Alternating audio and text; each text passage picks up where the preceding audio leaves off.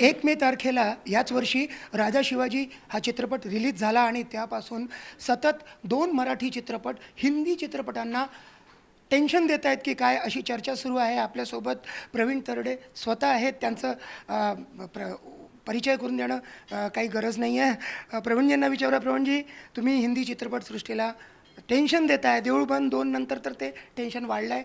75 कोटी झालेलं आहे. नाही नाही, मी आणि रितेश देशमुखजी आम्ही त्यांना टेन्शन देतो याच्या चर्चा नाही आहे. आम्ही टेन्शन दिलं आहे ऑलरेडी. 1 मेपासून म्हणजे इतकी वर्ष आपण रडायचो की आम्हाला स्क्रीन मिळत नाही आहेत, आम्हाला शो मिळत नाही आहेत, लढा देतो आहे. सगळ्यांनी त्या लढ्यात मदत पण केली खूप मराठी सिनेसृष्टीला. पण 1 मे नंतर काय माहीत नाही. पण आता 40 दिवस झालेत. मराठी चित्रपटसृष्टीचे दिवस आपण चेंज करून आज खरंच बॉलिवूड टेन्शनमध्ये आहे. कारण त्यांचे 4 ते 5 पिक्चर अक्षरशः पडले. पण हे 2 पिक्चर आपले ब्लॉकबस्टर करून 200 कोटीचा टप्पा क्रॉस करून पुढे आले दोन्ही सिनेमे. आणि आता 75वर आहे. देऊळबंद 100 झाला की आपण 225चा टप्पा 2 महिन्यात क्रॉस केला असं होईल. म्हणजे एक काळ असा होता की दादा कोंडकेंच्या आग्रहावरून स्वतः बाळासाहेब ठाकरेंना मध्यस्थी करावी लागली होती मराठी चित्रपटांना चित्रपटगृह मिळावी म्हणून.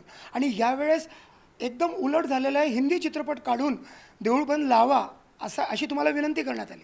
नाही नाही, यू टर्न झालं. बरोबर आहे. जसं बाळासाहेब ठाकरे दादा कोंडके साहेबांना चित्रपटात स्क्रीन मिळवून द्यायचे, तसे आमच्यासाठी लढणारे ते मनसेचे आमचे अमय खोपकर आहेत. या लोकांनी आमच्यासाठी खूप कष्ट घेतले.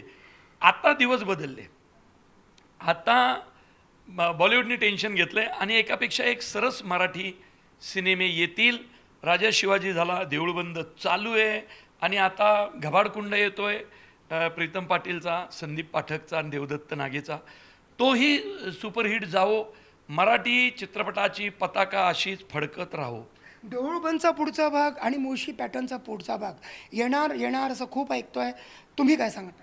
बघा, देऊळबंदचा आता पुढचा भाग आला, ब्लॉकबस्टर झाला, त्याने स्वतःचा इतिहास घडवला आणि एंडला आम्ही पार्ट 3 पण डिक्लेअर केला. बरोबर. आता बहुप्रतीक्षित आहे मुळशी पॅटर्न. मुळशी पॅटर्न हा महाराष्ट्राचा खूप लाडका सिनेमा आहे. ज्या सिनेमानं शेतकऱ्यांच्या जमिनी वाचवल्या, त्या सिनेमाबद्दल आरडाओरडा त्यांनीच केला ज्यांच्यामुळं त्यांचे काळे धंदे बंद झाले या सिनेमामुळं. कारण शेतकऱ्यांनी ठरवलं आम्ही काय आता जमिनी देणार नाही. त्यामुळं आता मुळशी पॅटर्न 2 येईल पुढच्या मेमध्ये. म्हणजे कदाचित 1 मेला मी रिलीज करेल जर सगळं व्यवस्थित पार पडलं तर. पुनीत बालन आणि अभिजित भोसले या निर्मात्यांनी तशी घोषणा पण केली आहे. आणि कैलास वाणी म्हणजे देऊळबंदच्या निर्मात्यांनी तर 11 भाग डिक्लेअर केलेत. त्यामुळे हे तर चालतच राहणार आहे, चालतच राहणार आहे.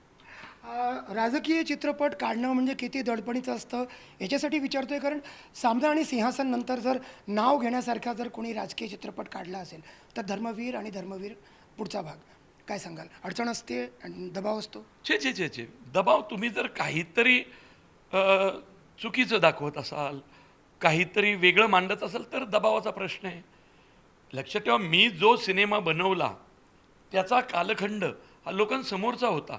आणि आनंद दिघे साहेबांना भेटलेले, त्यांच्याबरोबर राहिलेले अनेक लोक जिवंत होते.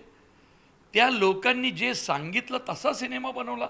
म्हणून तर सामना सिंहासनानंतर सुपर डुपर हिट झालेला बायोपिक किंवा आजवर महाराष्ट्रात सुपर हिट झालेला एकमेव पॉलिटिकल बायोपिक कुठला असेल तर धर्मवीर आहे. कारण आनंद दिघे साहेब राजकारणाच्या पलीकडचे होते. म्हणजे त्यांचं जगणं राजकारण्यासारखं मुळात नव्हतं. ते समाजसेवकासारखं किंवा समाजव्रत घेतलेलं जगणं होतं. मग दबाव नसतो, दडपण नसतो, तर मग आत्ता जे महाराष्ट्रात चाललं आहे त्यावरती एखादा चित्रपट करण्याची काही इच्छा आहे का किंवा काय? नाही, मला अजिबात राजकीय सिनेमा करण्यात मला काहीच रस नाही. कसं आहे माहिती आहे का, मी राजकीय सिनेमा का करू? माझ्यासमोर किती प्रश्न आहेत. माझ्यासमोर शेतकऱ्यांच्या आत्महत्या आहेत.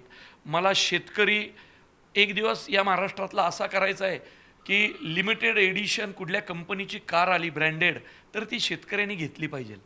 सिनेमे असे बनवायचे आहेत की त्यातून समाजाला काहीतरी उपयोग झाला पाहिजे. राजकारणात काय चाललं आहे किंवा ह्याच्यावर मला काही त्याच्यात एवढा रस नाही आणि कधी नव्हता पण. एक शेवटचा प्रश्न. तुम्ही नागपुरात आलेला आहात. 42, 43, 44, 45 असे सगळे तापमान नागपुरात सुरू आहे, तरी आमचे पोट्टे म्हणजे हा शब्द मुद्दा म्हणतो ते दुपारी उन्हात क्रिकेट खेळतात, घरच्यांनी किती नाही म्हटलं तरी. काय वाटेल नागपूर म्हणून काय डोळ्यासमोर येतं? हो, नागपूरची पोट्टे आता सगळे किती म्हणजे देश चालवत आहेत सगळे. सोपं नाही आहे. विदर्भाच्या मातीचा गुण वेगळा आहे. इथून नितीन गडकरी साहेब येतात, इथून देवेंद्र फडणवीस साहेब येतात, इथून डॉक्टर केशव बळीराम हेडगेवार येतात आणि जगातली एक डिसिप्लिन संस्था संघटना स्थापन करतात. इथून कवी ग्रेस येतात, सुरेश भट येतात, महेश गलकुंचवार येतात. सोपं आहे का काय? इकडले पोट्टे साधी गोष्टी नाही. जर ठरवलं तर कुणालाही असं लंबा करतात तुमच्या भाषेत.